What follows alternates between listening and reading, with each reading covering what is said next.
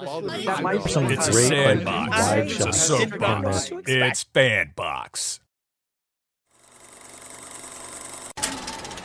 Welcome to the Real Study with your hosts, Mr. Snitbits, because I do think the movie is good. I think the lighting is struggled. I think the cinematography is okay. Black Girl Marvel, Follow us on everything, because we will find you. all the movie things. So many young filmmakers and indie filmmakers took it and just went with it, and it became this thing. Janine DeBean. So that's what the story is, and then the film goes about answering that question for you. And me, the Real Study movie voice guy. I don't know if it's good or not, but I'm going to watch it. I'm going to try it. Produced by Hyena. Let's go to the poster wall. Hello and welcome to The Real Study. This is our Season 5 premiere, and with me, as always, is Black Girl Marvel. We've got Janine DeBean, and in place of all the movie things, we have that Will Wilkins. He will be stepping in and reviewing these movies with us, right? Will Wilkins, or Will Doe Wilkins. Yeah, Wilkins. anything you want. Whatever, take your pick. Right. I had no idea all the movie things wouldn't be here. I'm glad, apparently, I fit the profile. But also, how serendipitous, because this is the first time I'm just all like, oh, Dip, you guys are talking about that. Hey, what's up? And thankfully, the door was open. So, as you can see, we are going to be covering 2 Spider-Man movies tonight. The most acclaimed Spider-Man movies, really, if you look at it. We've got Into the Spider-Verse and Across the Spider-Verse. One nice cohesive story. And we will be covering Superman next weekend. I don't want to call it Superman 2025 because technically the original was called Superman the movie. So this is technically just Superman. We'll be hitting that and then maybe another movie, but we're going to discuss that other movie just due to the climate in the world. We'll talk about whether we're going to do that one or not. But we are going to move over to the main screen and have Lala tell us about a little social media, and then we'll get into some other things. I haven't done this in forever.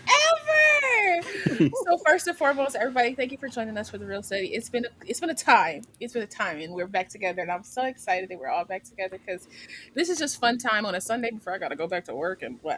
But anyway, I digress. Make sure you follow us on all social media. You will see it on the screen if you are watching us live, or even if you're watching us in playback. You should see that we are on Letterboxd, we are on Twitch and YouTube, like we are now, Instagram, Blue Sky. We're on all podcast platforms, so your Anchor, your Podcast Republic, your Google, your Spotify, all that good stuff. Make sure you follow The Real Study. Make sure you give us a rating over there. Make sure you give us a little typey type chat. You know, it helps push us in the algorithm. It helps people see us, and we want to be seen. If we didn't want to be seen, we wouldn't be doing this. So make sure you comment and you subscribe, and we would love to have you on our Discord as well, where you can make sure you put in your own movie you want us to react to. Maybe you created your own little independent film and you want us to take a look. We can do that. You got a documentary you want us to check out? We can do that. We have veto power. We never use it. But if anything, we catalog it, right? We'll catalog your movie. We're like, you know what? Maybe we'll tuck this to the side for another day, you know? Right. But make sure you follow us on everything. Make sure you comment and subscribe. Even if you're sitting here, you're lurking and you don't want to comment and all kind of stuff, just subscribe. We appreciate you all the while. Back to you, Mr. Snippets. Thank you very much, Lala. And of course, we have news that has happened. There's a lot of news, but we're going to stick to entertainment news, not a lot of the other news that everybody knows what we're talking about. We don't need to go down that road. But do know that we do stand for the free side of things. Truth, we are all about the free speech, right? And the right way, or the American way, whatever you want to say. I'll call it the right way, because the American way, right? So, are confused about what the American way is. Right. Absolute. But we are a movie podcast primarily, so we're going to try to avoid that and keep things light. That said, we do have some news that has happened that I do want to cover. One big industry thing, and then one sad thing that, of course, just happened this week that I want to cover. So we're going to move over to the news. Come on, news. Now it's time for the real news. All right. So we have some great news out of both the Directors Guild and the Screen Actors Guild. Christopher Nolan was just made president of the Directors Guild of America, and Sean Astin, like a week or two ago, was made the president of SAG-AFTRA. So we have two pretty stellar people running both of those labor unions, and I think that's a spectacular thing. But I wanted to hear what you guys' thoughts are on these. They're two pretty famous guys. So what do you guys think? Think it'll help? Think it'll... Ladies first. Yeah, I mean, I think they're great picks. Christopher Nolan, obviously someone who cares a lot about the technical side of filmmaking, so I think that's an important aspect. He looks at all sides of things, and he's well respected in the industry, and I think he hasn't really had any misses in terms of filmmaking either. So he's just a great pick for that. Sean Astin, in the industry a long time, from an industry family as well. So he really understands the ins and outs of the world of acting. So I think we got people that fully understand the industry, are established, and well loved in the community as well. What do you think, Love? I agree with everything that Janine said. I'll be the Brian, and I just You're the Brian today. Everything said. No, I do agree, because these are two people that are very prominent in the industry. I love Sean Astin, been a fan of his for quite some time. So not only did he grow up in Hollywood just being like a child actor, but he's like a part of a family that he's grown up. He's seen the climate change. He's seen probably stuff that he probably won't even talk about throughout Hollywood. So to have someone with not only his longevity, because my man's been making stuff like prominent things, like he's been in very prominent things his whole life. He would know, like, okay, well, this won't work, this might work, or however that is. And also, I like Christopher Nolan. I think him stepping in, probably shaking up Hollywood the way that it probably needs to be shaking up the guild the way it needs to be moved, and moving it, and hopefully moving it together, they can move everything in a better direction for future actors like myself coming into the industry, for those that are already in it that don't get the respect and appreciation that they deserve.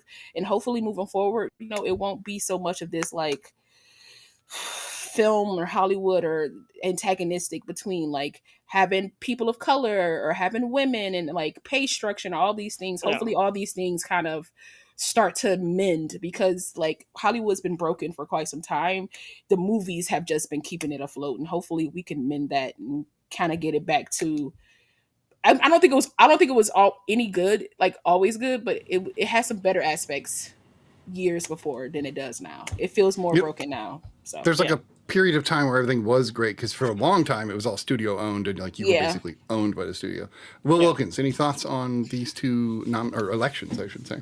I mean, on everything that's already been said, I think is on point. Sean Astin, for all that I can tell, seems like a really great guy, but also cares about actors and cares about the art. So that's great. And I believe Nolan is one of the people that was still championing the use of actual film over digital photography, isn't he? He's one of them. He is. I think he is, yeah. So I'm glad that we have a visionary director that's kind of in charge of the DGA. I only hope that in some way both of these individuals are able to help influence Hollywood to start to return back to some of its roots. And let's get back to making original idea films. They may not be tentpoles, they may not be blockbusters, and I hate to use Inception as an example, because clearly a lot of money went into that movie, but it was still an original concept that is shocking that it got greenlit. If it weren't for Batman movies, it would have never happened. And that was one of the most mind-breaking movies in the past 2 centuries I think I've seen. So I'm really hoping we can get back to getting some more original ideas and some normal budgeted movies out there as well through this. Yeah, 80 million or less would be nice. We man, come on. Much than that. Hello, Marley, who just showed up in our chat. So I'm going to say hello. Marley. Personally, I think that Nolan is like, when I saw it, I was like, oh, that's just like, that seems, like, of course, like, who else would you have picked? It just felt right. And when Sean got it, I was like, oh, that's neat, because of course his mom was SAG president for a few years, Patty Duke. And he, like you guys were saying, he is like, he's been in and out of the world, both television and film for a long time. Sean Astin. I mean, I literally grew up watching him. We all did. Right. So I think these are going to be some fun choices. I think that Nolan has the star power to say, "Hey, look, I know how to make movies, and I make billion-dollar movies. Maybe listen to what I have to say about Directors Guild." Those are the kinds of things, storied careers can help. But anyway, and also, can I just say these are like two white men that I'm okay being like the head of stuff. I'm problematic too. Like, say what you will, however it is. I'm really not trying to make it racial, but I'm gonna make it racial in this moment. Like, Sean Astin has always seemed like a good guy. I haven't really heard any problematic things about Christopher Nolan. So like, I dig that these are two men that are, when everything in Hollywood is kind of men focused and oriented and ran, and these two seem like the ones that won't be like, but we're white men and we can do whatever we want. I feel like they'll be like, no, you're everything, everything more inclusive, everything, and kind of move it in the right direction. So I'm excited for these two to see what happens. I agree. Buddy the Elf showed up in our chat. Will Wilkins was nice to say good luck finding your dad. I think we should all say that. Good luck. Good luck. I mean, we do hope you find him. I love the guy, but really, in blurring the lines between character and actor, I hope that's not a problematic statement the other way. You know what I mean? Yeah. I think that every time I say it. Sorry, I'm giving you guys my inner monologue. Did you? Now. So, Buddy, I did see, since you're here, I did see you get to ask Peter Dinklage a question at a Comic-Con, and that was phenomenal. That he was like, "Hey, I'm really confused by your costume here, guy." That was phenomenal. If you guys haven't seen Buddy the Elf, the TikTok actor / Buddy the Elf, go check him out and watch the clip of him and Peter Dinklage. It was really great. And if I could shamelessly plug, I think either episode 410 or 411 of Netheads, he speaks to that. So awesome. So you can watch that as well. There you go. Yes, and we Will Wilkins, you're such a part of the Real Study at this point because you're here, all the time. That it's I should still be plugging you, and I'm not. I apologize for not plugging you. So it's okay. Please. I mean, I openly admit that I am a big attention seeker, but sometimes I'm just happy to be as well. All right. Understood. All right. I like that. All right. No promotion for Will Wilkins. That's nice. All right. Cool. No more. We will never talk about him again. Well, you put it that way. I'm just going to start eating my sandwich now with my mic open. That's I just. Okay. So we do have. This is all great news. Maybe I should have led with the bad news. So we do have the next piece of news, which is that we did lose a great actor. Robert Redford did pass away this last week, and that man fine. Sorry. Right? Like if you look at the black and white of him there, just like, holy crap. There were other ones I couldn't even get like a high quality image where it was just like, whoa, I see why they compared Brad Pitt to him, because like they looked like a lot alike at the same age. Man. That's a good looking man. I'm sorry, even in like, well, I'm not sorry because like it's my eyes. Even in his matured state, I can still see that man in his face. So like even for me as an older gentleman, he still looked good because he aged the way he was supposed to. Really well. Yeah. Like he didn't like cut his face up. He didn't try to be something that I guess people wanted him to be or Hollywood wanted him to be. He was just authentically himself. That's a good looking man. So, well, yeah, not only was he authentically himself, but he was also one hell of a philanthropist. He created, the Sundance Film Festival. So many amazing film related and just philanthropist related things came from this man. And I know everybody misses him. I wonder about, people that knew him that are still around. I wonder how Jane Fonda was feeling. I wonder how Meryl Streep feels, and many others. And it's a hard one. This one, I just I had to take a few minutes. I was like, oh shit. Yeah, I know, he's old, he's an old guy, but damn, it still sucks. Yeah. So, and somebody who just cared about the industry so much, with the Sundance Film Festival, putting that effort into new and upcoming filmmakers. Like as you age, somebody who was very cognizant of the next generation of filmmakers and creating something like that. Yeah. We need more of that. And that kind of almost leans, I'm glad you said that, Janine, because it goes back to Sean Astin and Chris Nolan. They kind of have that same thing. They've produced more movies for more people. They've helped more people into the industry rather than just gatekeeping it, which is what a lot of people still try to do. Yeah. Anyway. Any other thoughts on Robert Redford before we move to the Reel Roundup? I think we should have a Robert Redford week. Oh, yes. Hell yeah, man. Come on. Because but how do you pick? How do you pick? I mean, I'm not. Look, I'm not just saying it should be the only week. I just think we should have Oh, Robert Redford I week. mean, I'm like, just A saying. month, maybe. I don't It know. could maybe a almost month. be because I mean, think about Yeah. it. Like just off the top of my head, my favorite Robert Redford movies. Not that anyone asked, but Butch Cassidy and the Sundance Kid, Jeremiah Johnson, 3 Days of the Concord, Bulwark. Yeah. Yeah, it was Bulwark, not Bulworth. That was the terrible one with what's his name. The Sting, Stop it. And you know what? Even the Sting, the Natural, like you can get even some, Legal Eagles has its place. Okay. Hey, I like So- Sneakers. It's one of my favorites. There you don't go. judge me. You know.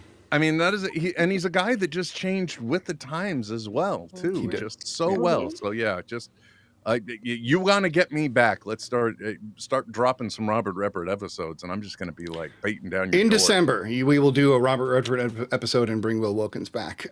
Since we're right here, let's move over to the main wall, and I'll just give a little preview for what's coming because we've had the discussion. Of course, next month will be our all horror month, so every episode for 4 weeks, we're going to just be pure horror. Brian came up with an awesome concept for November, and that is we're going to all pick. Each of the hosts will pick the weekend, and we will curate the 2 films, and it'll be your 2 childhood favorite films. Oh, And we stop will the review press. those, right? Ooh. So that'll be November, and then in December we'll of course have our Christmas episode like we always do. But now we're going to also do some Robert It's Redford. my birthday in December too. Right, and of course Birthday we'll have month! Law pick her month or pick that weekend because that's how we do it as well.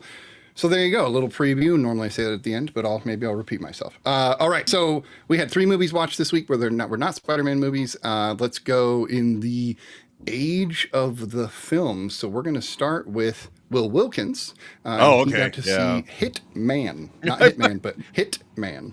And So I'm tell us sorry what you for think. bringing up like I think it's a 2022 or a 2023 movie. It's new. but It's new. It's newer. Like that's kind of the whole concept. It just needs to be newer. fair enough. So. I originally was not drawn into this movie just by the title. And unfortunately, I've been suffering from this a lot lately, and I really need to stop doing it. And this was, for me, a 95% good movie. It wasn't until the last 20 minutes of this film that I'm like, what the hell is that left turn? You know, but I liked it as an original idea in a way. It was inspired by a real guy. I think I can't remember his last name. Gary, was it Reynolds or Marshall or something bland like that for a last name? Who was a real guy that worked with the cops and pretended to be a hitman to catch people trying to hire a hitman to kill people.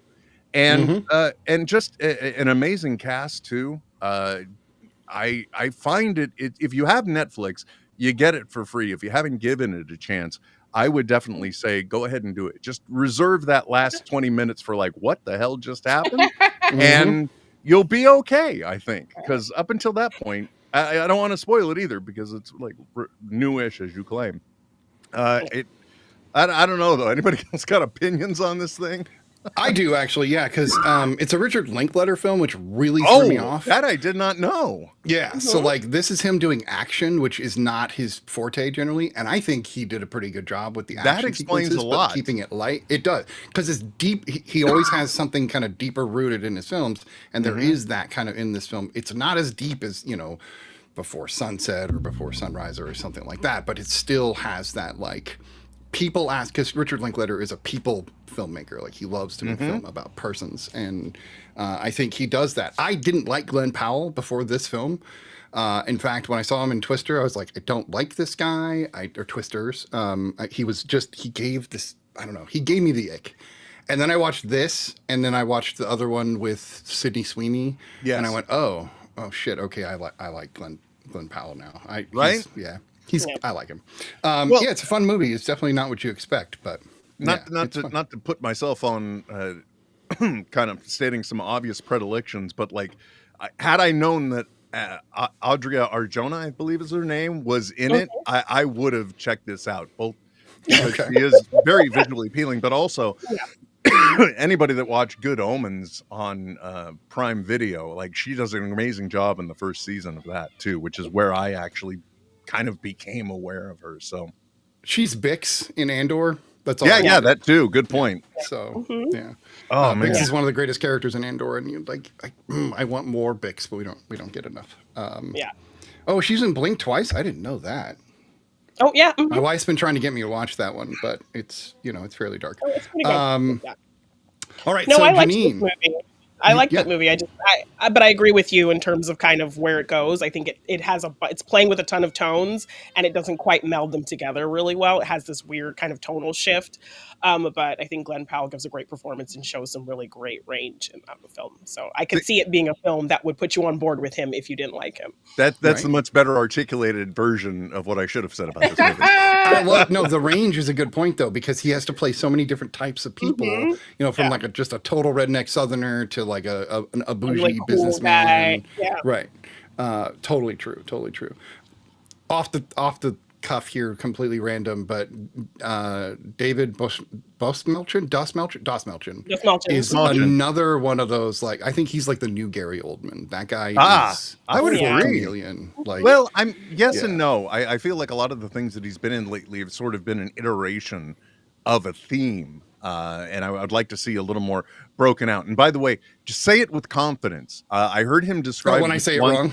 on Kevin Smith's Fat Man on Batman. He described it very simply. If you look at his face, he's got the small chin. Oh, Okay. well, I like that. Now you Thank remembered how to David. say it the rest of your life. And thank you, Kevin, for having him so that we know Yeah. that. And so thank you, everybody. And Will Wilkins for telling me. Law, any thoughts on Hitman? Did you see it yet? I haven't seen it yet. I looked on Netflix to put it in my list. It's already in my list, so I will. Okay. I will Bump it up, like remove it and put it back so it goes to the front of the pile. Yeah, I will check that out because I'm very interested about those. Because I don't know. For me, film, I love when it's like, this is great, and then you're like, what's happening now? I love like the 20 minutes that you're like, what is happening? Yeah. That'll be her bread and butter. Yes, right? I'm Yeah. excited. That Listen, tonal shift let's is very strange. Yeah. But put it on there. But that is Law. She likes the like. Everybody else hated it. She's like, but why? But why? But why? And this is amazing because it doesn't make sense, and I just dig it. Yeah. Right. All right. So Janine, you got to see him in theater. Oh, nice. What'd you think? Is she frozen? I think she's frozen. She is She is. frozen. Okay. Well, we'll go to me then while we wait to he's figure back. out. There she goes. she's There back. you go. Sorry. Okay. That's right. So you Everything got to see frozen. him. Tell us what you thought of him. Well, that Him. was a great. Oh, Oh. But I will say that was a great frozen image of her. Okay. Right? I'm just gonna keep smiling when I freeze. That's like somebody in That did corporate happen America already, really yeah. dialed in their Zoom You so they know? knew how they could go get coffee. That was a great Right. frozen because I'd have been like my face. I'd like to see Janine now with the green screen background, just going to getting Yeah. coffee Whereas- while on the real study. My frozens are usually like this. Right. Absolutely. Okay. I found out that even Robert Downey Jr. can have one of those faces. I never thought it was possible. Every pause you do with him in a movie, it's still great. But I found one where he had the like. Cool I was tweak. very happy with He myself. pulls his face a lot though, so yeah, that makes He sense. does. Tell me about him, if you will. Yeah, I mean, I was really looking forward to this film, and it ultimately was kind of a disappointment. For sure. Ooh. Yeah, like it had the sinister gaslighting of something like Rosemary's Baby, and it had the kind of extreme visuals and kind of aging, kind of replacement themes of the substance. But it was a little too on the nose. So like you kind of expected to have these interesting kind of art house visuals, kind of to do something interesting in telling a story with kind of familiar themes like the substance, but it doesn't really kind of land well. Like you kind of tell what it is, and then kind of when it ends, it's like, okay. Okay. Ooh, dang. That's Yeah. Like a one. So, yeah, it Well- thinks it's being very kind of art house and smart with the visuals, but ultimately kind of falls apart for me. So you're saying like the story of it kind of falls apart for you? Is it like the story that falls apart? Yes, and it tries to Okay. kind of have this big twisty reveal that kind of goes into like a dark place and this kind of horror kind of element and like this kind of campy element, but Interesting. you lose kind of the bigger theme of it. It ends up Okay. kind of becoming a little too silly. Gotcha. Yeah. Interesting. Okay. I heard that people still, even big companies, were advertising this as a Jordan Peele movie, and that is exactly not the case. He's Yeah. a producer on the film. Yeah. And so the tone, the look is not Jordan Peele. It's the From the director people of that this brought you look up. What? Right. Yeah. Right. It's weird when they do that. Like I get it because it helps sell the name film, recognition. but stop calling it a Jordan Peele film because Yeah, that's because not to it. me, you'll sully Jordan Peele's brand if Right. this isn't what people think it should be because they're like, it's Jordan Peele, and it's like, no, It it's should not. be this. Right. Yes, Yeah. because if we learned anything, the masses can be easily led and aren't exactly looking at facts. So you want to get that kind of stuff through. Well, I mean, No, you're right. prime 100%. example of exactly what I'm talking about. How many people think that the original Gremlins is a Steven Spielberg film? Right. Or Poltergeist. People think that's There a you Steven go. Spielberg film, and it's not at all. Nightmare Before Christmas. Yeah. Oh wait, I'm Brian. Okay, here we go. Here we go. Tim Burton. Nice. That's a Tim Burton movie. I know what I know. And that's a rare one because he did write the story, so like it is his, but it's not his. Like he didn't put in the direction, so it's tricky. Him. I've heard a few different reviews. I heard Kit Laser's review, and he had an interesting take, much like yours, Janine. But he ultimately was like, I don't know. I'm gonna have to revisit it because it's weird, and I think maybe I'm missing something. You feel like you're missing something. Flashy visuals, kind of an interesting kind of, you get the idea of what they're going for, and then it kind of at a certain point just like falls apart, and it kind of ends up being like right on the nose what you kind of think it was, where it was going. Right. So they play it as a twist, but it was completely kind of disappointingly obvious, and they thought they were kind of subverting you with interesting things in your face. Interesting. Not interesting, like I guess the is what I world should have we said. Right.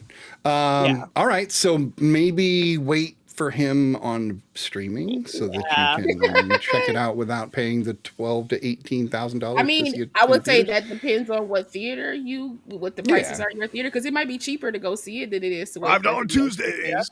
Right. Yeah, I mean, That's if a you good have point. Regal Unlimited, like it's just in your kind of set of unlimited films, you're allowed to see it with Regal. So Yeah, that's a different reason. Like if you need, don't wanna be need a like movie, right?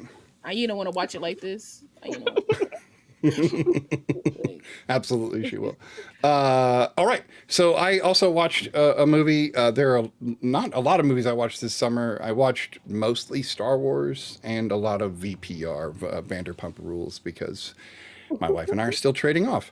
But we're mostly through Star Wars and also redoing the MCU again. What are you going to do? But it's because she wants to watch Doomsday. So she's like, well, shit, now I got to rewatch everything. Like, yes, you do. that. Right. But I got to see an A24 film as well. And this was Death of a Unicorn, which is Paul Rudd and Jenna Ortega. And I picked this poster because I thought it was very like Crystal Skull, or not Crystal Skull, but like Dark Crystal Labyrinth kind of feel. I thought this is kind of cool. It feels kind of Peter Pan-y in a way. Yeah, Peter Pan is another way to put it. This movie got a lot of hate. And I actually don't even know why, because I adore this movie. Like, this movie made me laugh. It's super dark. It's something where the unicorns are a bad guy for once, instead of like always this perfect little magical creature to help you. And their design, I think, is really great. And the actor that plays the main antagonist is the same actor that is in That thing with that guy. That guy, that one, yeah. Richard E. Grant. The Grant, yes, thank you. That's exactly who I was trying to think of. Richard E. Grant is so phenomenal in any time he plays a bad guy. He reminds me of a character he played in Hudson Hawk in this movie, where he's like way over the top. But he's also like, I have to learn how to live forever. And that's like kind of the concept of dealing with these unicorns. And that's all like laid out right in the beginning. I won't spoil the movie, but if you like dark comedy, if you like a tad of horror with some gore, this is a great freaking movie. And Paul Rudd plays a not good guy, which I was like, wait, what? Like, he was like not a good person for the, like, I kept going, but wait, you're a good you're a good person in everything. Even as Ant-Man, you're a decent guy. Like, what do you mean? So he played a darker character, which was really, really rare for Paul Rudd. So I push back against anybody that said this wasn't a good movie. And Tay Leone. is also in this, and she's Oh, really? Oh no. she's nice. great because she plays an obnoxious rich white woman perfectly. Which she's Love it. yes, that's her bread and butter. Like Right, but Yeah. like this is literally like if you need her, like she pulled in perfect. This is exactly the role English. she should have been doing. Anthony Carrigan, who plays Element Man in Superman, is also in it. Will Poulter is in it, and he's probably the greatest character in the whole film. It's a great movie. Paul Rudd I and Jenna heard mixed Ortega do a great I heard job. So. mixed reviews about it. A lot of people didn't I like would it. say that poster is better than the movie because I Ah, Interesting. yes Interesting. there were some funny bits, but generally I didn't like where it ended up. I felt like it kind of fell flat. It had a really cool Interesting. concept, but I was not a fan of the execution. That's weird. Yeah, That's the reason why I haven't watched it yet. Because I know it's available for me somewhere for free to watch Yeah, I think right it's free. now. It's on Yeah. Max right now. I Yeah. think. Yeah. It's on HBO Max. Yeah, so I'm like, maybe I want to check it out. But with the way things are going, I just don't. I right now I'm looking for all sure wins. I'm looking for Yeah, 5 I didn't really stars. invest my time and Nothing but net. I want things to just be good when I'm consuming that's media. fair. Yeah. Thank you. It looks like Aina's going to steal that poster is better than the movie idea, which I like. At least I think that's what she's referring to. But I thought that was funny as well. I don't know. It's also sometimes I think mood is a huge factor with film. If you're in a mood when you watch a movie, or in a good mood, you can have a better experience than you might have had you been in a normal mood or whatever. But I mean, I can back you up on that because it can even be environmental. You know what I mean? Right. I went to go when I saw Avengers Endgame. I went explicitly to the fan event screening just so I could get the stupid challenge coin. And my multiplex at the time was going through some death throes, if you will, before it got bought by AMC. And it was the grainiest, crappiest picture. And I walked away from Endgame going, man, that had some really good points, but I'm not so sure. Went the following Sunday with the Dolby Cinema experience with my wife and just was in love. So, all right. a bad screening environment can throw me off too, which is why I would just want to stay home now with all my big TV and my Right. lights and everything. So what Will is saying is if you were a kid and you were watching it on illegal cable and it was scrambled, rewatch it. You might like that movie now. Exactly. You might like it. That's exactly where I was going. Because kids don't even know what cable is anymore. I know. I just dated Said the living bits crap come out of on. myself. I know. I was thinking about that a lot lately. I hate it. There was an AARP ad for Gen X. Dude, 40 when I was 45 sorry, it's just when I was 45 years old, somebody tried to steal my credit card, and what they were doing when they did it is they would go for low risk, low cost charges to validate if the card would work. And so somebody signed me up for an AARP associate subscription. So I've been getting their mailers for the longest time. But, the moment they first started showing up unsolicited, man, did I get pissed. But I never would have been admit mad you know too. what's in the AARP ad, dude. Come Right. on. Unsolicited. We're still competing with the kids dancing on the TikTok and the lip sync and everything. Don't be bringing I up wear AARP. movie shirts still. Like I know. young. Like come I'm- on. Like this is. I'm wearing I don't care if I'm graying. That's young gray. I'm wearing the symbol of a sitcom Listen, character from the it 80s. can be- Who am I to Right. talk? It could be old gray, and I can wear whatever shirt I want to wear because I bought it. Like I That's don't right. care. I'm an adult, damn it. I'm an adult. I will wear I what can I wear want. whatever I want to wear. By the way, Will Wilkins. Oh, as I just destroy my Quit microphone. I smacking Holy your crap. microphone. I know. I was keep doing it. literally about I'm to gonna- say this. I'm gonna like, move hey, this. Move that back a little bit. I was literally about to wait for you to finish There we your go. sentence. Okay, that's a little better. Every If I have time to you turn my hit gain it, up, I it will, sounds but- like that ominous have to, moment we in can a still hear horror you. movie that's not quite Oh. bad yet, but something bad's coming. Yeah. Interesting. I did make an Iron Man cut of the Greatest American Hero. It's the total intro, but just Tony Stark and Rhodey. You should check it out. It's on Oh, I will YouTube. definitely check that out. Yeah, I think you'll love it. I'll send it to you. I What think you'll enjoy it. moonshine you drinking, Will Wilkins? It's just Ooh. Cherry Coke Zero. I'm Listen, Out of a glass? You put anything in a mason jar, I'm thinking it's moonshine. Yeah, it's Yeah. moonshine. It's either moonshine or pressed juice or something. You know right? something. I love it. All right. So those are the movies we watched this last week. We do have the 2 movies we want to get into so that we can give them a solid review. So let's move to the first film, and that is going to be Spider-Man Into the Spider-Verse. This is, of course, a Sony Marvel release. And this one's actually older than I keep thinking it is. It's not as new as I remember. 2018, right? Yeah. Yeah, which I keep thinking they're both like the last couple of years. I've seen this several times. I'm assuming everybody on this panel has seen this several times. Yes. Why don't we start with Janine? What do you think about Spider-Man Into the Spider-Verse?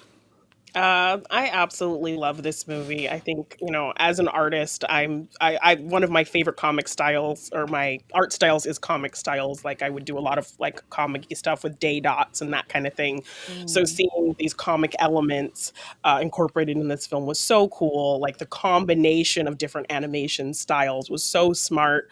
I love the comedy of Lord and Miller. I think they have like really fun, relatable, kind of silly humor. Like, for me, the bagel thing was like the funniest thing. So the fact that ended up being like, I felt so silly for thinking that was like the funniest thing in the movie. So the fact that was like the whole big through line of the next film, I felt so much validation. I felt seen. Yeah. Right? But yeah, I think it's a beautiful film. I love the story they crafted. It's just like boggles my mind how Sony has bungled this character in a lot of ways, but somehow hit animation and you finally kind of get it perfect. Yeah. So it's like, what were you trying to do all these other times with this great catalog of characters you have?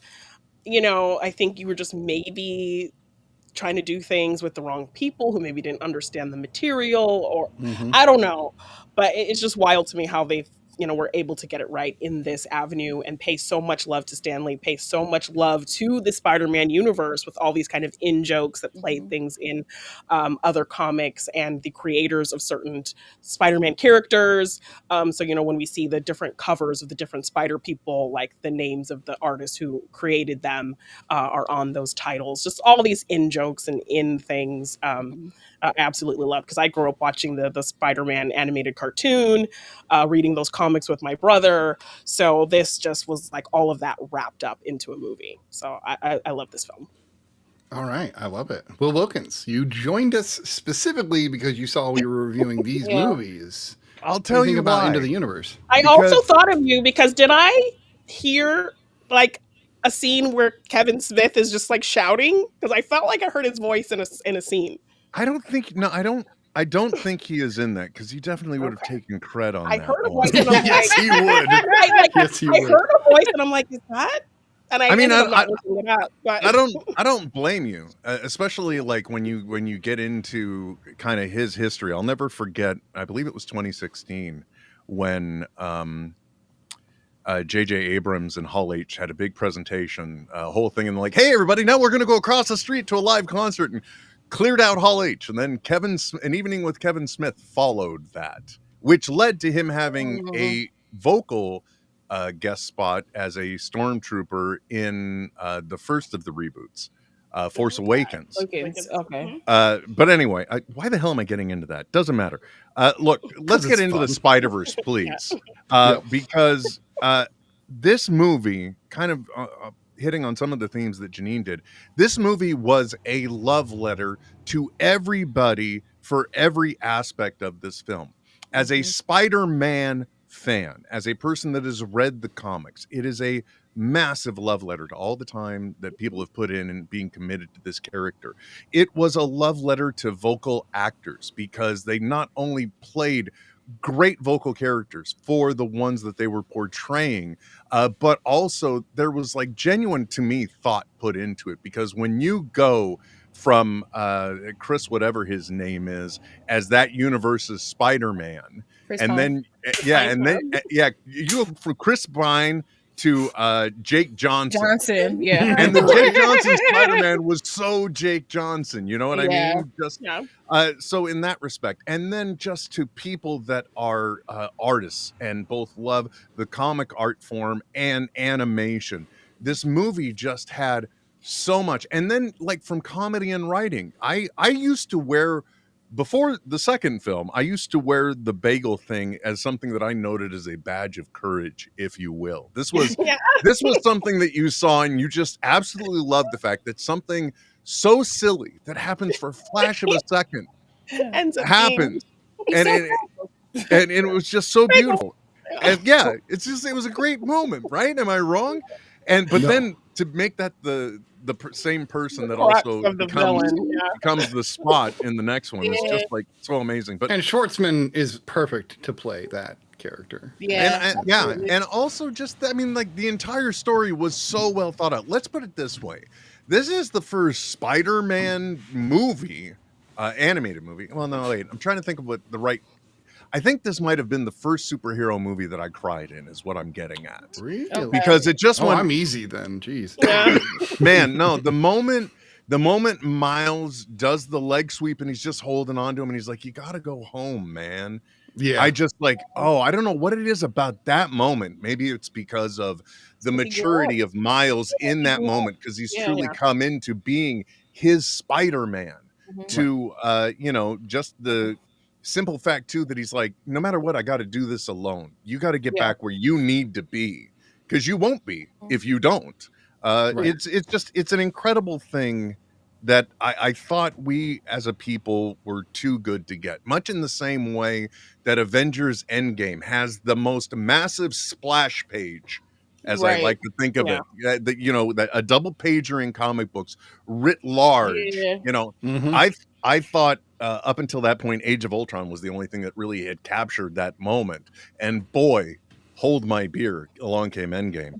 So that moment there too is one that I see on the screen, and I'm not crying because of what's going on, other than the fact that I never thought in my lifetime I would see a superhero movie with all of these superheroes gathered together visually in a good product. That's what Into the Spider-Verse is for me as a Spider-Man fan. There's a reason why the dude's head is on my wall.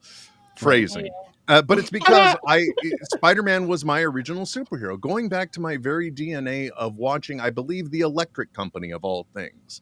I was Electric Company age, Sesame Street age, guys, when I was introduced to Spider-Man. So I first saw him there. Then you get the 60s cartoon.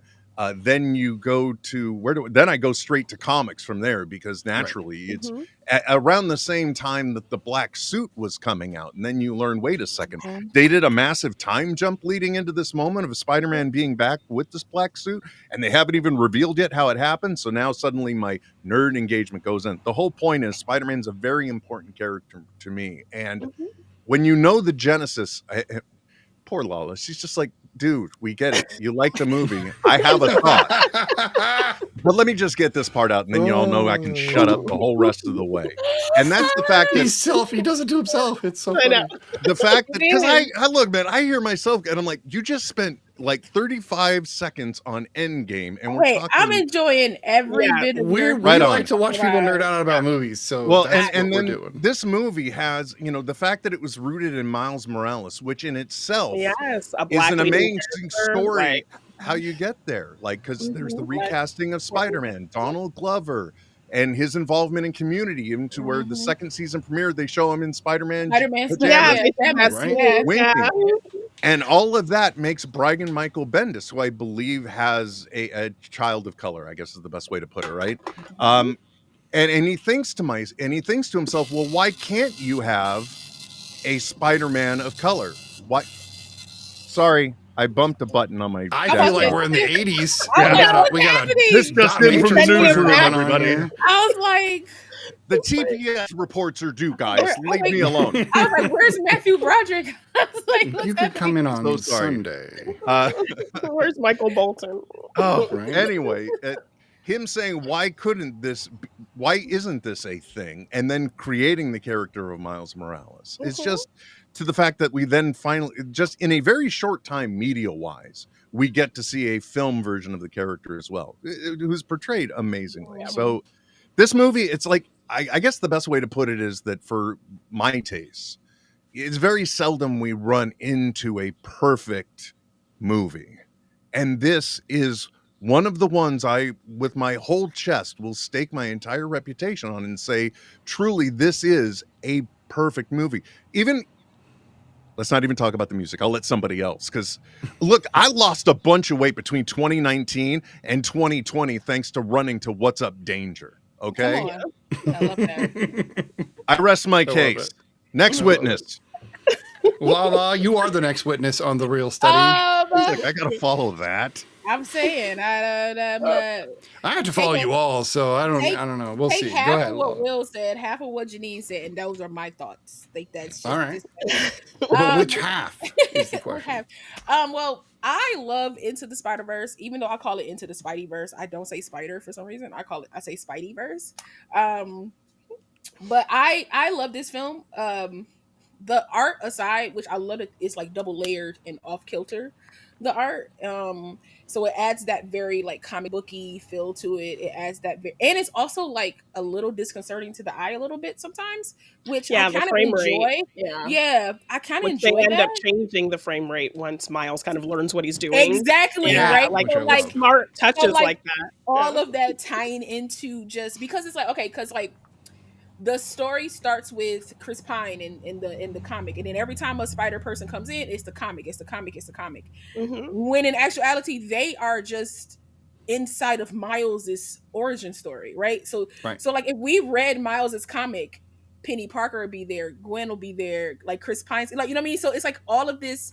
It's such a meta film. It's such a film within a comic book within a film type of thing. Because like even in the beginning when we see Miles and he's like singing, there's an image of what looks like Superman on his wall. So like DC exists within the Miles universe because it was like a guy in red boots and a cape. It looks just like the bottom half of Superman. So it's like I started seeing little things when I was rewatching it. But for me, what really the art aside, which is amazing, music aside, which the soundtrack is a banger, and usually for me soundtracks are a banger when you let one person curate the soundtrack. Now when it's like multiple people, like an example would be the Black Panther soundtrack.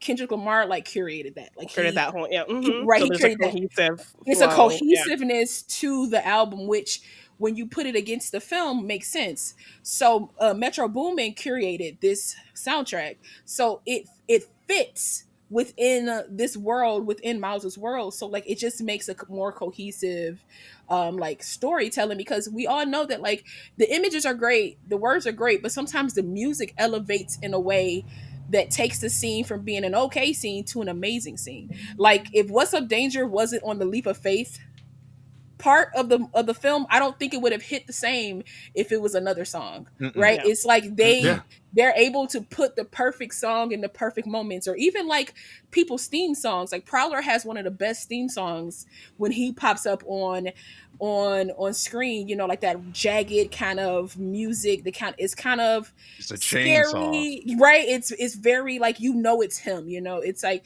so I think the music and everything is amazing. But that aside, the story itself, for me, I'm a story person. If you can't give me a story, your music don't matter, the images don't matter if the story isn't giving what it needs to give. And to have this like young mixed kid, because he does come from a mixed family, even though it's a minority family or a people of color family, it's still a mixed family. Not only is this kid, like I keep saying, mixed, but he's also a spider person as well. That's adding on another layer to his identity and who he's growing and trying to be. Add in his own genius as well that separates him from people that he grew up with, that we see throughout the film. And you see the juxtaposition in his family. You see like the love and the care that his mom gives him, and the tough love and care that his father gives him, and how both of these inform him as a spider person. So, because like my favorite scene, well, the whole movie, my favorite scene. If we want to call it, right? My favorite scene is like when the credits start and then the You know, credits end. that's my favorite. that's just, it's a good bookend, you know. But like I would say, one of my favorite scenes is when Peter has to explain to him, like, yo, you're staying here. You're not ready for this. And we can't get you ready for this. You know what I mean? Like, we can't, it's too much happening. We can't get you ready for this. Yeah. And he webs Miles up, and Miles is just kind of sitting there defeated. And it's not until his dad comes in. And his dad is like, hey, listen, something happened. I know I'll push you. I know you probably don't want to talk to me. Mind you, he don't know what's really happened to his son, but he knows something is happening. And he's like, I just see such fire, such life in you, such greatness in you, that whatever you choose to do, because we all know that his dad has been a person that's like, you can't paint here, you can't do this here, you can't put your art up here. No stickers. Even though we don't really see it, we know it from just their interactions, what the uncle has said and things like that. So it's very smart storytelling without me being like spoon-fed these people's lives, right? So when his dad is just like, yo, whatever you choose to do with it, you're going to be great. I know you're going to be great. And it informs Miles not only as a person in school, because even after the film, we see he does better in school. He's more attentive. He's more focused. But then you see as a spider person, he's more focused. He starts to trust himself. And that's something. He's not scared. Yeah. He's not scared. Right. And he's only in middle school. Like he's I don't think people kind of realize that. Like he's 13 or 14 in the first movie. 13 or 14, he's 15 in the second movie. Right. Yeah. So like he's in middle school. And this is a middle or schooler. freshman, one or the other. I think he's a middle schooler because he wanted to go back to Brooklyn Middle in the film. Oh. So he's a middle schooler who is not only smart because he also has a very big intellect, but he's also trying to figure out himself. When you in middle school, that's when you're trying to figure out who you are. Mm-hmm. You don't want to leave your familiar settings. You don't want to leave your friends. You don't want to leave these things. And he had to get uprooted. From the start of this film, his life has changed dramatically in every frame, every scene. And in this moment, it cultivates like who he is going to be from here on out and continue to grow. So like, I love him kind of just coming into his being, coming into who he is as a spider person. You can't be the original one that passed away, unfortunately. You can't be Jake Johnson's. You can't be Stacy. You have to be your own. Mm-hmm. And when we get that scene of him spray painting his suit, when you get that scene with him talking to Aunt May, when he comes in and when they're fighting Doc Ock and she's like, Spider-Man? And like, to me, that was confirmation that he has stepped into fully realizing. And it's just like the images. I have so much. The images. We should have just done one movie at a time is what it sounds like. I know what I'm saying. Pretty much. I'm kidding. But I'm kidding. It's just like the images. And I love how things like, I think what makes this film so smart is that it's like, they'll do a thing here and then it'll finish here. Like yes. Like when he gets the suit from the store and Stan Lee's like, it'll fit eventually. You know what I'm saying? It always fits eventually, right?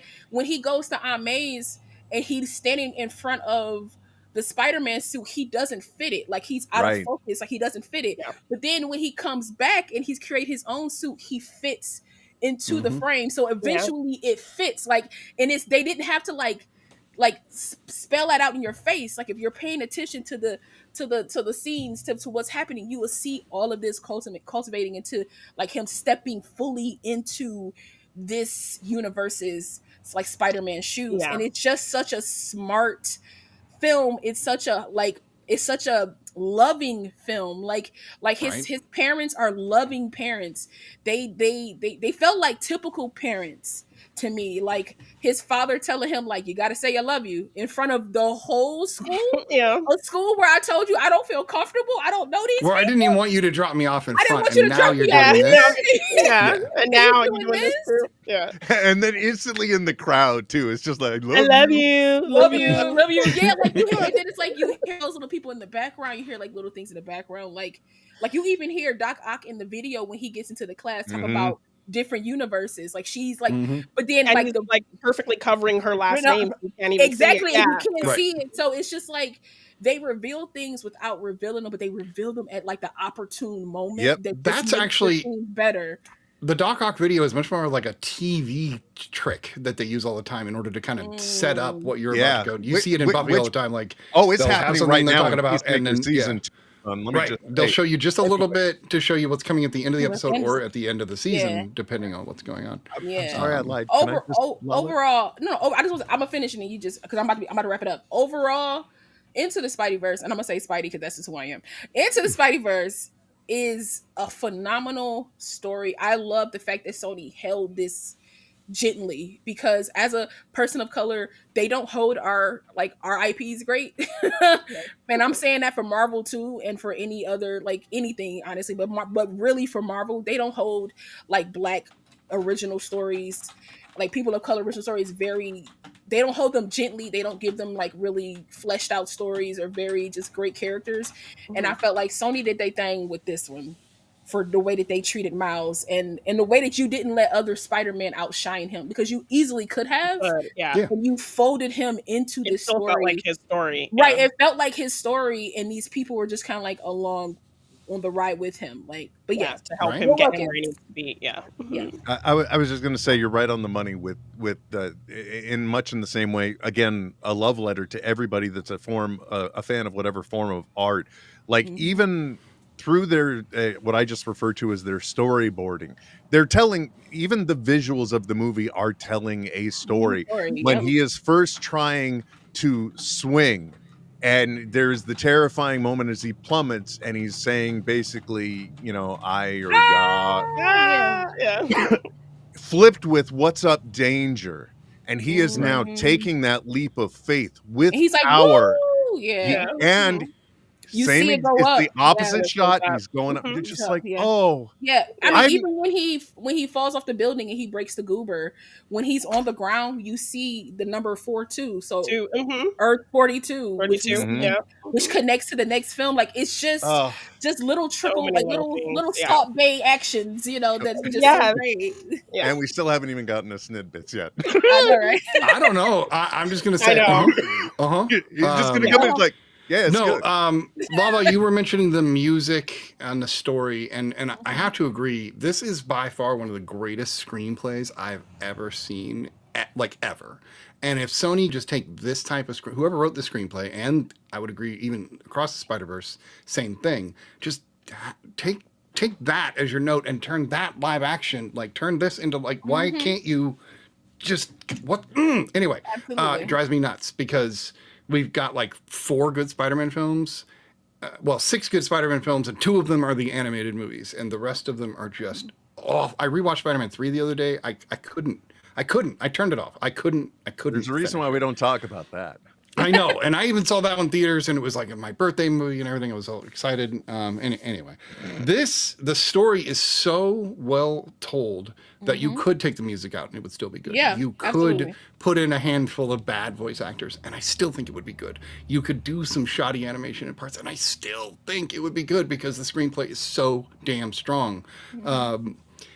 And it's just rare to see something so packaged and so well done. And Bendis was 100% a producer on this film and the second film. So I'm almost certain he was like, don't screw up my baby. This is this is my shit. Don't screw with it. And they didn't. They listened. And I think that maybe they felt like they could take more risk with animation because you can do anything literally and get away with it. Which is sad because you could have made this into a Spider-Man movie. This could have been live action. Yeah, it would have been expensive, no doubt. It would have been a $300 million film, but whatever. Everything about this movie from beginning to end. I love the redoing of the comic book over and over and over, all the way to the end of the movie. Something they didn't do as much in the second one, which I was like, oh, but I would love to see this for Hobie or for any of the other characters. It would be fun to see it. Origin stories are usually boring. They're usually very predictable, and this one, while you do know Miles has to win in the end, there's no getting around that. You still sit on the edge of your seat wondering how, which is well done. That's why it's such a damn good screenplay. So I struggle with Hollywood knowing that people can write like this, and yet we're still given Madam Web, like we're still given Morbius. Like why? I feel like those. I feel like because feels weird. So like I had a conversation with a lady at TJ Maxx today, random. Okay. But I had a conversation with this lady, and me and her was talking about another person in line because of like something that they did, and I was like, well, that's a clear indicator that this person hasn't done retail in their whole life if they're acting like this towards a salesperson. Like being in retail is quite hard. Like, so you can look and see another person and be like, nah, they understand the struggle. They get it. And I'm saying that to say that, like, I feel like with Into the Spideyverse, Across the Spideyverse, these are people that like care about this character, that care about this world, that want to see it done like justified, right? Whereas Morbius and I'll even say Venom to an extent and Madam Web, I felt like those are people who didn't care. Not to say that they didn't care about like their job, however, but you can tell a comic book fan a mile away from a non-comic book fan, right? Those are boardroom movies. Absolutely. Yeah, and his a good way to put it. In those movies came from Tom Hardy because he loved that character. So Exactly. any little Which is great. But care come from the actor, not the people actually making it. And that's my point. You can see when someone, even in this climate of Marvel films where people feel like they're just terrible films, and to me they aren't, because there's some like Love and Thunder, but anyway, like it's some that's like so bad. It's such a bad film, but that's not to say that Taika didn't care. I just felt like he was fatigued. He lost his way. He was fatigued himself when he created, or he wanted to put too much of himself into it. Let other people in. It's a very George Lucas-y thing. Yeah, right. I call it how the much Tyler people Perry love the comedy and the refresh take of Thor after not liking Thor. Well, people liked my Thor. Let's push it even harder. Right. And it's like instead of finding that medium. So I feel like you can find the nerds within a story, right? Because you can see the care within it. And I felt like on those other films there were no nerds there. Why you hating on Infinity Cones? Huh? Come on. On what? Infinity Cones. That's genius. That's comedy genius. The stacked cast is something I didn't mention that I wanted to.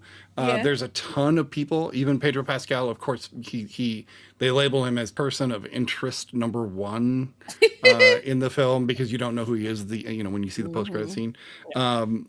Even though if you've read Spider-Man 2099 or looked at a comic book ever in your life, you would know exactly who he is. But they're now debating what the worst comic book movie is in the chat, which I love. I almost think we should chime in on that.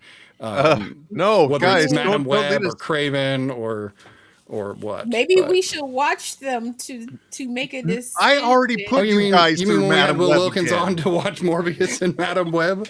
We could watch Morbius and Craven, or watch Craven and something else. I haven't seen Craven, and I haven't either. I will tell you to don't watch Craven. That's what I will tell you. My best advice. It's just no. Yes, I saw so Craven bad. in theaters purely for shirtless man, and that's understood. And that's about all you got was shirtless man. So she poses in exactly the same way, like every time. You notice it's like always, it's still a great steal, though. I'm sort of like, can I match it?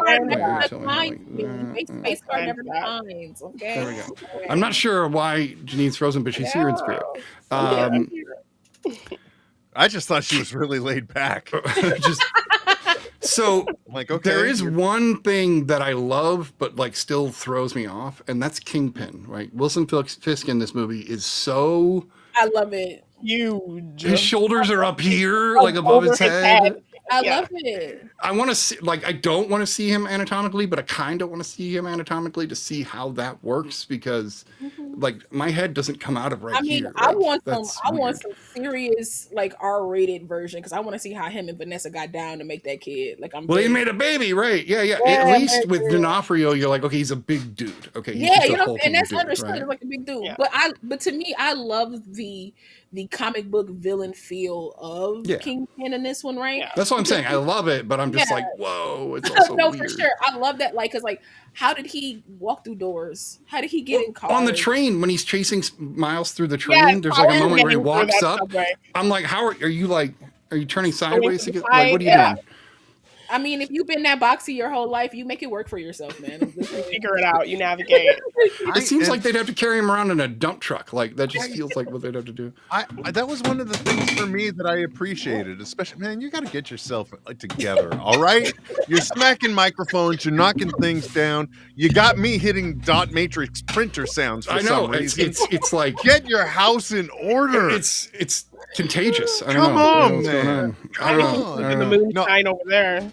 Sorry, yeah, right? I'm making Janine freeze. Like I'm terrible. I know. Absolutely It's- nobody believes it's Cherry Coke Zero now.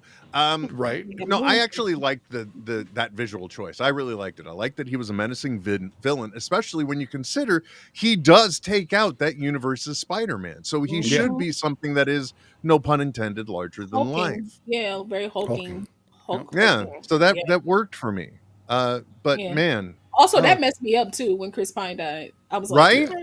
Yeah, was like- because that's where you're Well, like, hearing MJ's speech is what got me. I'm listening to her speech and I'm just like, okay, was now Zoe I'm Kravitz, depressed. by the way, right? Yeah, Right, that was right, Zoe. which I Yeah, love. that was Zoe. Lily Tomlin played Yes. Aunt May. I was like, May. what? Oh, I just saw that today for the first Oh, time. Liv. And I right, also love her exactly. That is thing. such a great moment because my I love her friends to call me sing. Liv. Yeah. Oh, And yeah, it's See, Liv. those are one of those things that are one of those things they drop and then it comes back later.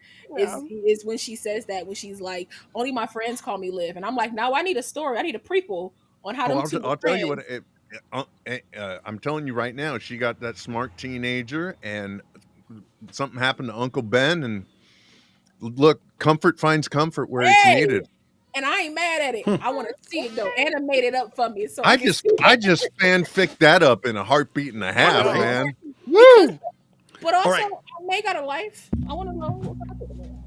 I did it again. I can't I know. stop doing that today. This is weird. You're right I in my never had a ears, problem with believe this. me, I It's know. weird. It's weird. I normally am a very hand talky person. I should have been All right. making a tally of every time you did that. We're gonna cancel Mr. Snippets today. All right, so we need to give our rating on this and move to the next one because we still have a time frame, and the next movie has enough complicated stuff that we're gonna want to talk about it. So, Janine, what do you rate Into the Spider-Verse? Easy 10. It's perfect. Absolutely. Easy 10. It was a 10, and like it's stacking, but can't get counted as more than 10. Yes. Okay, I like it. Will Wilkins, what do I you am rate? optimistically going to take that 10, move it over here, present it to you, and As then your own 10? and then optimistically I shall raise it up. And then I'll come on down and grab that, and I'm gonna say 10, and I'm gonna slide that over there. There you go. Other side. Other side. You're It's leaving not- me behind. Right, there we go. Either one of you could have turned around. But it's not for me. It's not the other side of me. Is that There you really? go. No, like you're literally right next to me. You're like this. No, you're the other. For us, you're the other way. Oh, it's Yeah. Oh, that's, Yeah. Yeah. Okay, I'm sorry. Here you go. Here you go. Okay. I'll take the 10. Thank you. Okay. There you go. I will For those of also you give it a 10. Okay. Now we Individual. figured out how to pass a 10 around. Okay. And now I can Um, provide some host commentary for everybody that wants to know. If you go back and you look, and there was a brief moment where I was attempting to indicate what direction Janine was. That was me getting ready for that gag. You're welcome. I'm screaming. All right. So this is actually a rare occurrence. This is I think the 6th or 7th film out of hundreds that we have rated a 10 on the Real Study.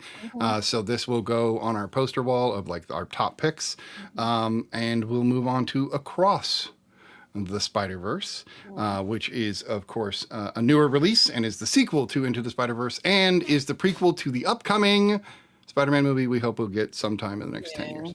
Spider-Verse. Yeah, we don't know. So It's hard. it's just whenever. But luckily, it's an animated movie, so nobody will look older. It'll look great. We'll never know the better. All right, let's go this way. La. Yes. Across the Spider-Verse. What do you think? I enjoyed Across the Spider-Verse. I thought it was a great continuation of the story of Miles, as well as the story of Gwen, honestly, because this kind of becomes like Gwen's. It kind of becomes like a joint film in a way. Like it's still about Miles, but we get a lot about Gwen and her life and like what happened to her Peter, even though it was a different animated Peter. Okay, wasn't the same one from like Into the Spider-Verse that we saw, but Right. it's like they de-aged him a little bit. They made him like a little bit younger. Um, I enjoy this because when you hop into another universe, you see the colors of that universe, and I love Gwen's universe is like very beautiful. Mhm. The like the scene where like she hugs her dad, and then like that like color, that love spreads out Yeah, over to the her very room. blue, sad Right. watercolor And room. it becomes like Yeah. brighter, more rich, and it just felt warmer. It gave us a very warm feeling, which is what you feel when you hug somebody that you love, like if it's your Mhm. dad or your mom or somebody like that. And so I love again how in this one they're playing with colors, they're playing with dimensions, literally and figuratively, like, but they're playing with like they're playing with like things that people don't play with in film, right? I feel like sometimes in film they feel so beholden to like this is the thing, and it's like these two films kind of like blew that up in a beautiful way to be like, yo, what we do is art. Let's have some fun, like having Adrian Toomes be like of the Leonardo da Vinci like era, and he's like Yeah. paper. I was like, ew, that's Yeah. amazing. Yeah.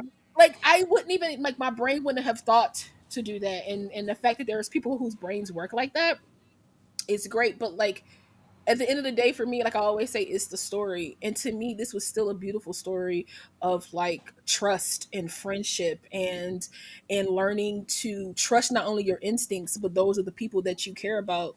And realizing in real time, like maybe I made a wrong decision. Like at the end of the day, for me, Gwen and Peter B made a wrong decision Yeah. by teaming up with Spider-Man 2099 with Miguel, like because okay, I'm gonna say this because like my biggest issue with this film, and to me it's an issue that's still like I think it's in there for a reason, and these are the things I love about film and the debating and things like that. To me, I think in this third film, which is probably why they can't figure it out, is because I think Miguel is going to be the big bad in the third one simply because I think he started off this whole situation. Yeah, there were some gaps in his storytelling. Yes, come For on, sure. like he started off this situation Yeah. to put it on Miles that he's an anomaly, that he's an issue when he didn't create this issue really irks my soul, right? Yeah.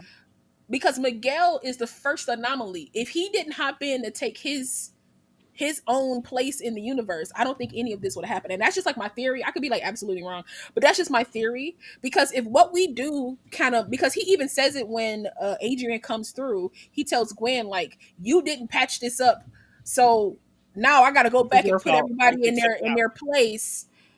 And put everybody in their place. So like now I have to do this thing. Okay, but you were the first thing out of place, which Yeah. means you are the first thing to shake up the Spider-Man like Yeah, because canon it's clear he was meddling to get the life that he wanted back. that he But wanted back. he's not going to say that. Come on, Janine. Come on, Janine. I'm like, you're mad at this kid for stepping into a role that was kind of like not even his choice to do because he didn't. Yeah, that he it's not wasn't like meant to live. It's Yeah. not like he went to that universe and took that spider Yeah. and brought it over here. Yeah, and I it pisses me off that they blame him. It makes me like angry. It really made me angry that he got blamed for this when in actuality all he's trying to do is step into the role that was kind of thrust upon him, which is what every Spider-Man does. So Right. I Doesn't like matter where the spider came from. Yeah. exactly. It wasn't his choice. It wasn't his choice. So And he still suffers a loss that informs like what he does, like Exactly. every other Spider-Man person. Yeah. Right. Exactly, which is kind of messed up because if you like, even Peter Parker has lost his uncle and his dad essentially. So like now Miles has to like lose his he already lost his uncle. And now it's like dad. loses that. Yeah. Like he loses dad. So like, he's a part of like that canon. He's a part of like of this world, and Yeah. He has like, that canon event. he has that canon event. Despite being this wrong anomaly that Miguel's telling Exactly. him he is. And So. I just feel like in the third one we're going to get the big surprise that like Miguel is the reason for like the collider, for Spot, for like Miles becoming who he is, for the other Miles becoming a Prowler. Like to me that ending was like one of the greatest endings in the world. That made me And then how they revealed things in that finale. Oh my gosh. Good. Well, Yeah. So So, good. if I may, I don't normally jump in, but Jump in, man. again, much like the first film, I was so shocked that they kept it hidden from me. I don't know how, as a moviegoer who can predict 90% plus of movies that I watch, how they snuck that ending past me. It drove me, like, it's almost maddening. I'm like, I love that happened, but like, how did you figure that out? literally see the spider about to bite the other Miles. They like just Right. snuck that clip in there in the Yep. plot's like montage of his story, and we just totally didn't see it. But when it happens, you're like, oh, okay, no, this makes perfect sense. I totally understand what's happening now. And that thread, that needle is hard to thread, like almost impossible. And they did it in 2 movies. Like that's what blows my mind. Absolutely. So to me, Miles just grew up a little bit more in this film. He's matured more than the people that like trained him essentially, because I feel like all the spider people from the first one trained him to be this spider person, and then his family kind of like took it the rest of the way. You know what I mean? It's Yeah, like when he looks down at the two of them and says, "Nah, I'm gonna do my own thing." Like when that's so memeable. Like I remember being in the theaters where he was like, "Nah, I think I'm gonna do my own thing." To me, if I was so proud of my culture in this moment. That's so my culture. To be like, nah. Peter Parker wouldn't say it like that. At You know? all. Like No. Peter Parker could not get any of that. Peter juice. I'm Parker sorry. goes Yeah, along Bob. with it. Every single Peter Parker's there, like Exactly. except for maybe He's Tom just Holland, like, yeah. he's just like, nah. He's I'm in there gonna do my though. own thing. And I'm like, he is in I there. think I screamed in the theater when that scene happened, because I was like, exactly, because what you're not going to do is blame me for something I had no control over, try to take away my family, and you think I'm not going to fight for it. So to me, this was a fight between like who they want him to be and who he chooses to be, and I think that's such a great next step for that character, and a great message as well to be. So absolutely. They didn't take his powers away either. Just putting that out there. They always take the powers away in the second movie to be like, oh, I got to give him a challenge. I'm like, why don't you up the stakes instead of taking their crap away? Like, and they do that. Why? In like all these moments at the end, And think about it, all these other spider people that you're kind of like, oh my god, it's a dude on a horse, and you know Ben Reilly. He's like Ben Reilly, but it's just like I love Ben Reilly. So it's like you have all these other characters that he's like, oh my gosh, like I'm a part of this group. Like he came in fanboy, like oh my god, it's like it's Peter, and Peter got a baby, and Mayday. Shout out to Mayday. Like all these things that he's like. He's immersed in. He's so excited, and then to find out that y'all didn't even want me here in the first place, that y'all blame me for all of this, blame me for this whole thing, that you think I should just let my dad die because that's what you suffered through. To y'all. But they don't blame Spot, who is quite literally responsible, which makes me mad. No, excuse me. It's still Kingpin.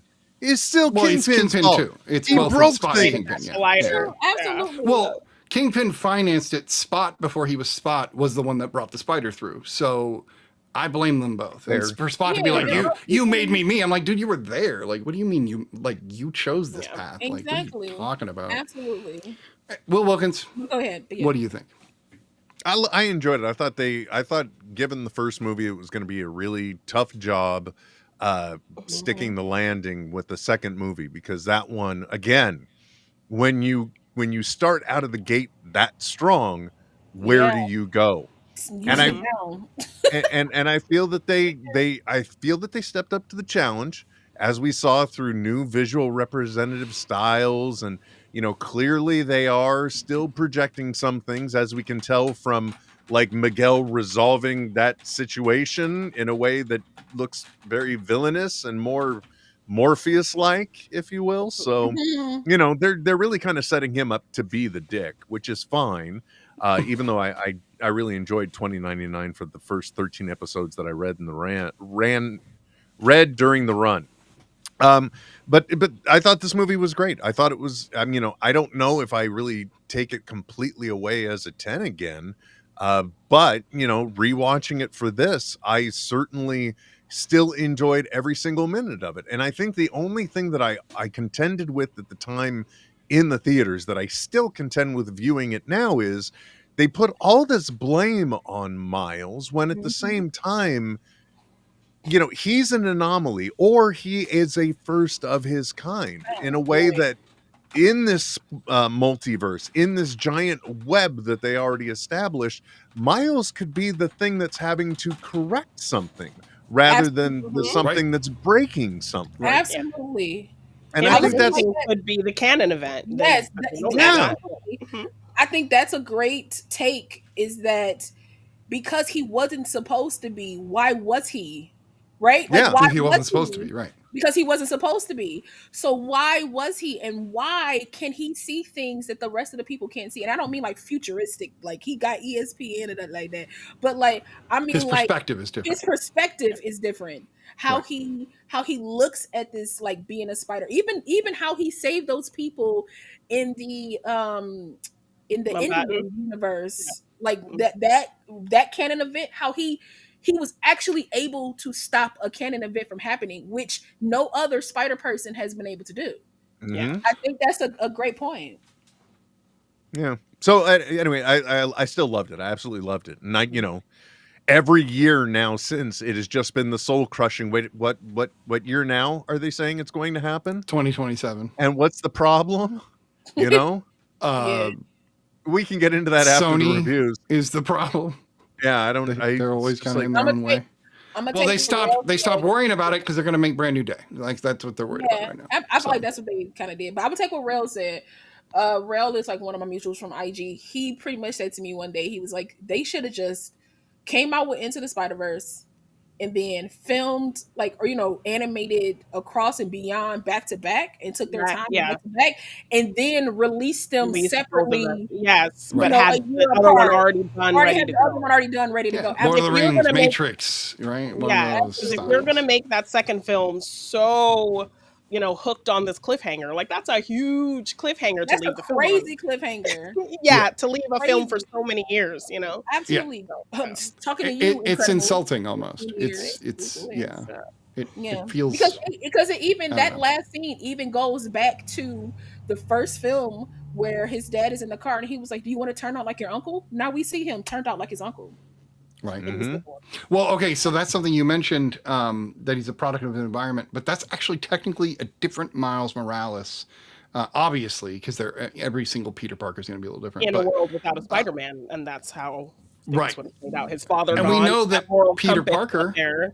right, Yeah. Peter Parker was without us as not Spider-Man, decided to become Lizard in order to try to be special. So, like, if you're without your powers that you normally would have, is there a craving? And I feel like the Peter that we know in Gwen's universe shows us that there is that kind of potential for craving the power that he was destined to have that ultimately she got.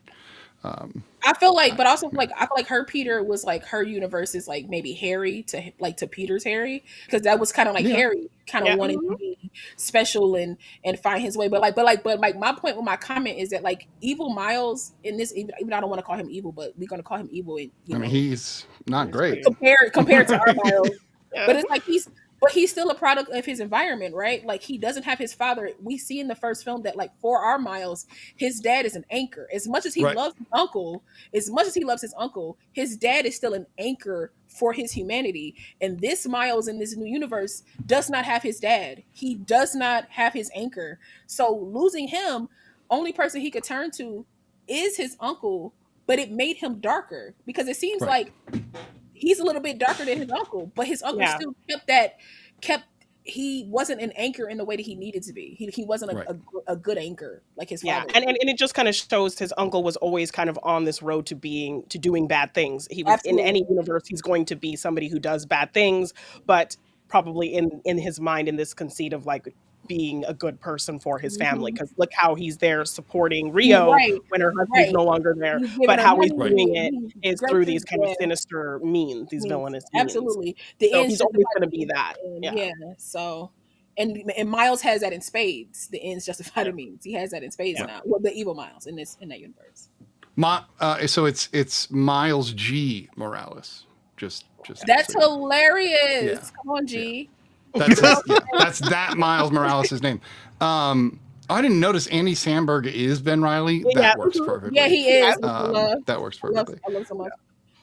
Janine, I haven't asked you what you think of Across the Yeah. Universe. Not that we don't have an idea already, but go ahead. Yes, I mean, I think this film ends up being a really great character study. I ended up being thrust into really deep diving into kind of each individual character because I saw some ridiculous takes coming out of this film. People saying that Jessica Drew was like a subservient slave to Miguel. People saying that Gwen is the true villain of this story. People disputing like if her and Hobie got down because of their ages. Like, I saw so many ridiculous things. So I ended up How old is Gwen supposed to be, though? She's 15 months older than Miles. Yeah. So she would have been 17 at most. In this movie. So she's maybe like 16, 17 to his 15, 16, 14, 15. Yeah. But how old is Hobie? They don't say, but I'm feeling Hobie got to be at least minimum 20. You know, he got to be like in his 20s or something like that. Man, people think about some ridiculous stuff. Well, I mean, it is, but they're like projecting in a lot of ways. Yeah. Because if it's not said explicitly, I don't know. Just because he's wearing his shoes don't mean nothing. Just because. The movie does give a like they might have hooked up feel. Like there's definitely that to make Miles jealous and that kind of thing. But I saw so many kind of ridiculous takes coming from people who are very ingratiated in their content is based around comic books. So I ended up kind of seeing this movie several times and kind of making a lot of videos debunking a lot of these character moments that I felt like were completely misconstruing. So I love that I was able to, this film gave me the opportunity to kind of delve more into these characters and even just learn more about them in context to this film. And yeah, you learn a lot about, it informs kind of what's happening in the story. You know, you talk a lot about how we talked about Miles and, him ending up just kind of finding his own way despite what the people he cares about are saying and the betrayal he's dealing with. Gwen and like everything she's been through. So when someone's calling her the true villain of this film, they're negating everything she's gone through, losing her best friend, her father blaming her for that loss, and her not being able to go home, getting thrown to another dimension for a while. Yeah, exactly. Her also getting blamed for what happened with the collider from Miguel.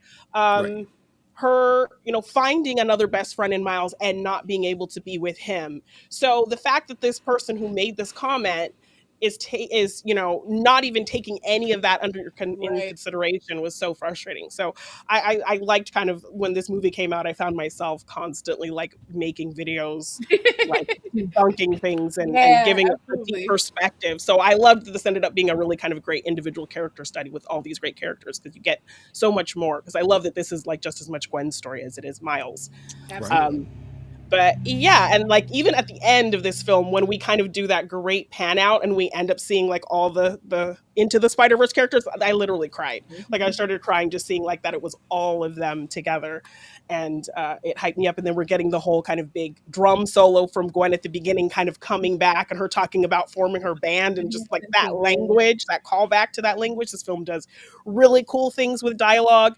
Like when they give us a term that we don't know and like the little definition will just pop up a little box on the side. Or explaining where the car came from or explaining what, where this particular Spider-Man came from. God, may as well have a hyphen Stan right after it, man. Yeah. Right. The layered appearance. Seeing Donald Glover play I was just going to Prowler. Literally, in the same costume and the layers of that and being Aaron Davis in the MCU and just that brings in like our Earth to this Earth again and again because they already mentioned at the end of the first one they mentioned like was it the end of the first one? Oh no, they mentioned.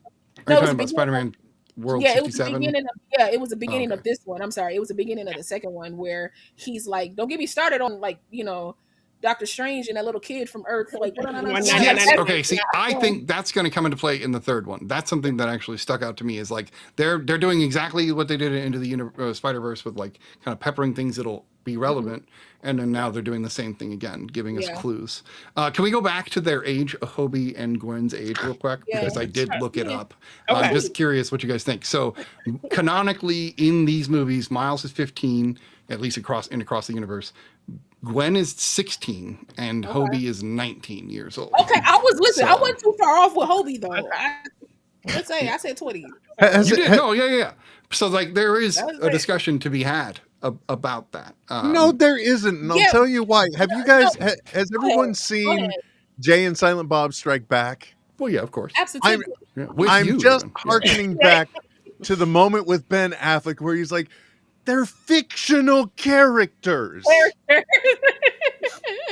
I know. But also, I just want to point out that like people always think that it's a thing that people don't think that men and women can be friends, or they just can't be like mutually helpful and beneficial to each other in other ways that's not sexual. So I think that's where that comes from. Yeah. Because I think the moment she was like, he was like, oh yeah, you know, she got my shoes or whatever. He was like, and Miles was like, wait, so like what's popping? But he could also be in just a jealous 15-year-old boy. Crash in his universe. Right. Yeah. Right.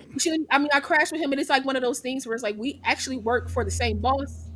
And I hop universes, and he's a cool person. She doesn't have anybody. She's left her universe and has no one. She has nowhere to go. She doesn't have money or clothes or anything like that. So it's one of those things where it's like men and women can be friends, y'all. It doesn't have to be a sexual. Yeah. So just the jump to like make that gross. Yeah. Like I was just seeing so many dumb like takes, and I was getting so annoyed. I didn't even go there. Videos. Like, I was just like, you know, people making a big deal and being racist about Jessica Drew and the trans rights matter sign in Gwen's room, and talking about, oh, this film has gone woke. Why is Spider-Woman black? Like, and I had to explain a whole history of like that being an actual thing that happens, and you know.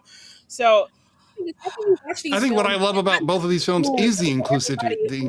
The fact that you can look at any given frame and you're going to likely see. There's like a moment where there's a guy. They're showing in the beginning of this one. They're showing a bunch of people playing basketball in wheelchairs, and they're we see a wheelchair Spider-Woman in the big chase. Yeah, right.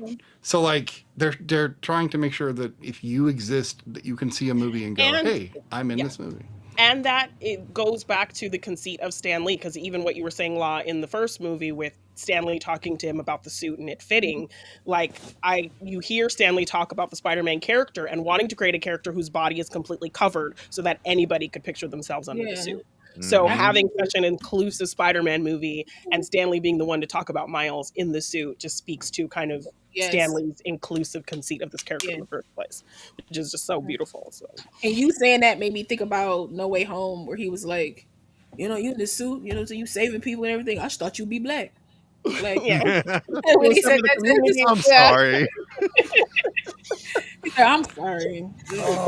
There was the smallest little moment in this movie that made me feel like I could relate to Miles's dad, which I'm definitely older even than his father, which I don't need to talk about that. Anyway,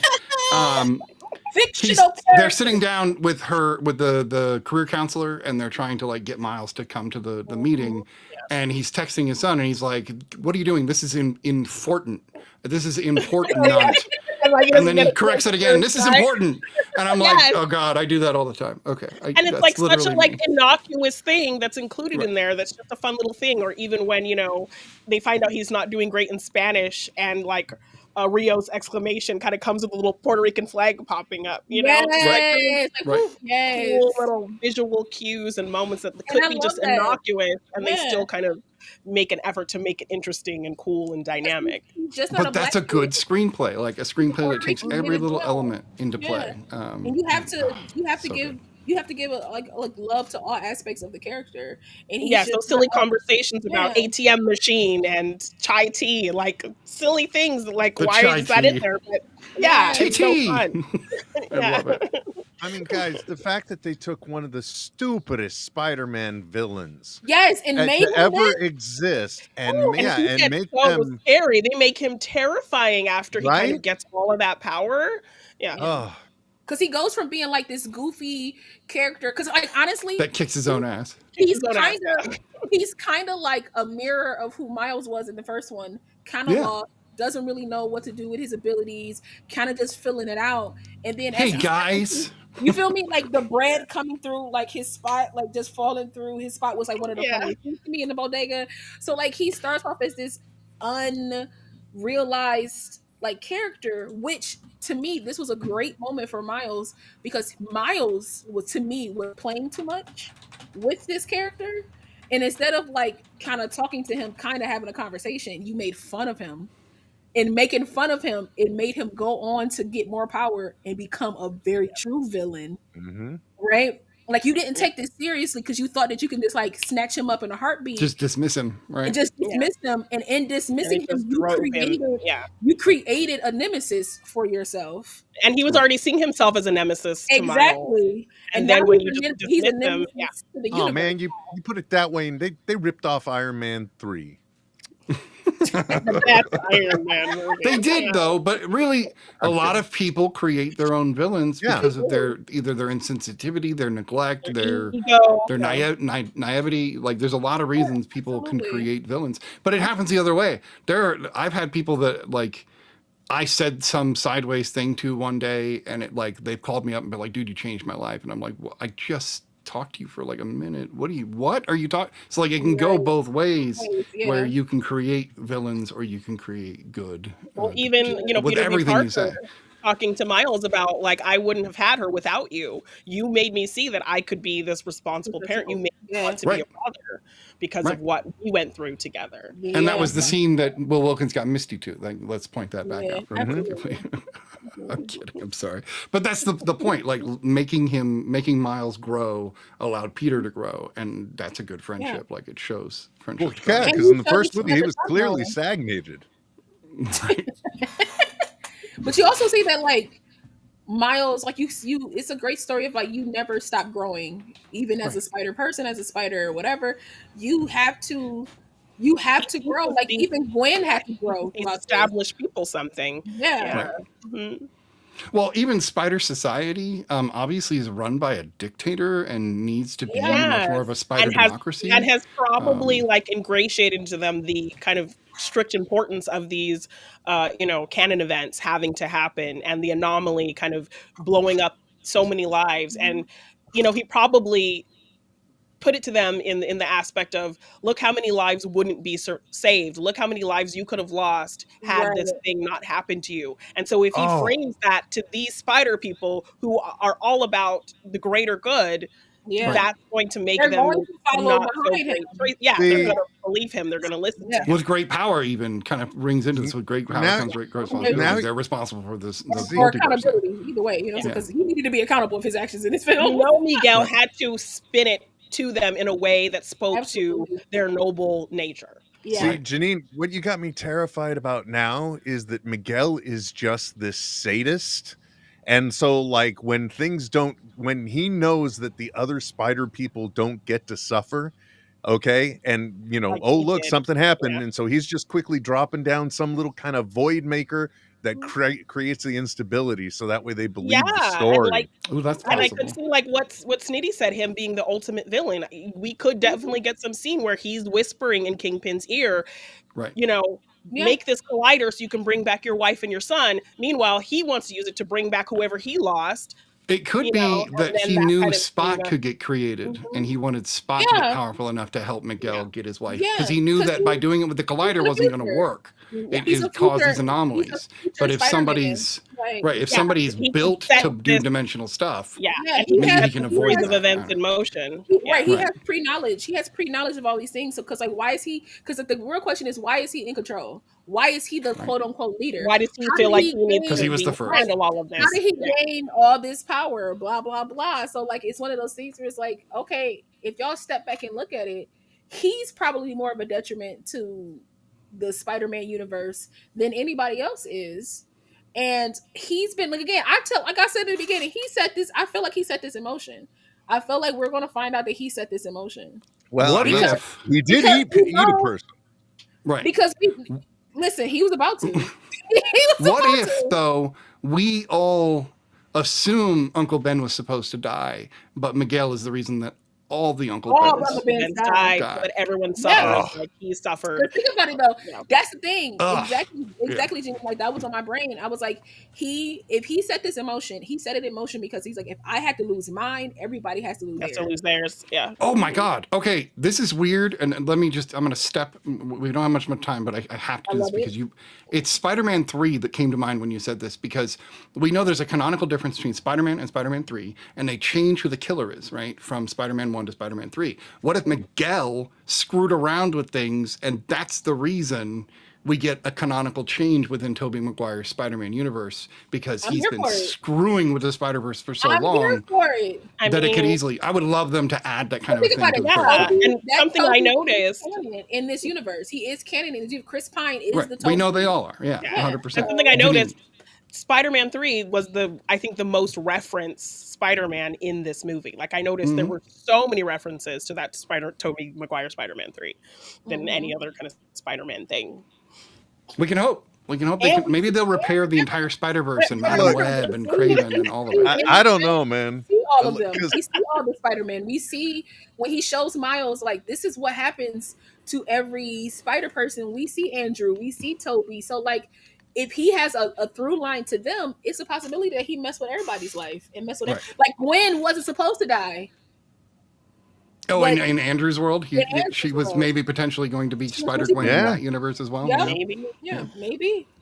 Will Wilkins, you're going to say something hats are shining bright right now. No, I'm just like, we got all this speculation and sad thinking going on, and that just takes me back to my first viewing of No Way Home. And like, as everyone's starting to go back to their universe, like cured heroes, I'm like, but wait, isn't he about to be like impaled by a glider? He's like, I'm a good person now. Oh man! But at least they died good people, right? At least, yeah, exactly. So, although Doc Ock already did die a good person, so I don't know. Yeah, he did. I would also like to point out real quick, because this is just something that, because you bring it up, No Way Home, and it just like in my brain, you see the Spider-Verse Spider-Man tingle in No Way Home. It's just that we don't get squiggly lines to like point it out.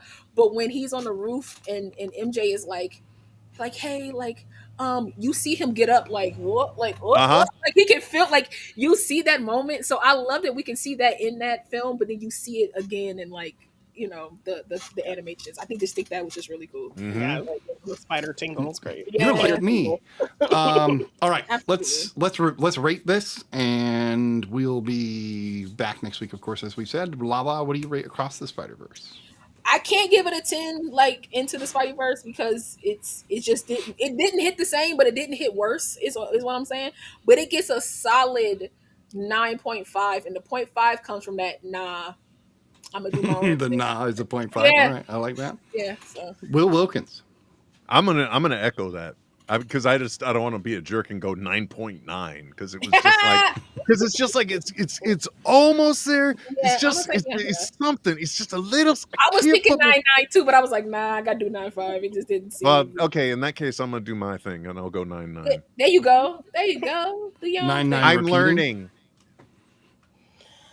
I'm learning. Janine, go ahead. I'm not of the thinking that a sequel can't be as good as the original, so I give it a 10 still. I loved this movie just as much as I loved the first one. So I am Brian today. I agree with Janine 100%. It is a 10. I like when I walked out of both of them, I was like, damn.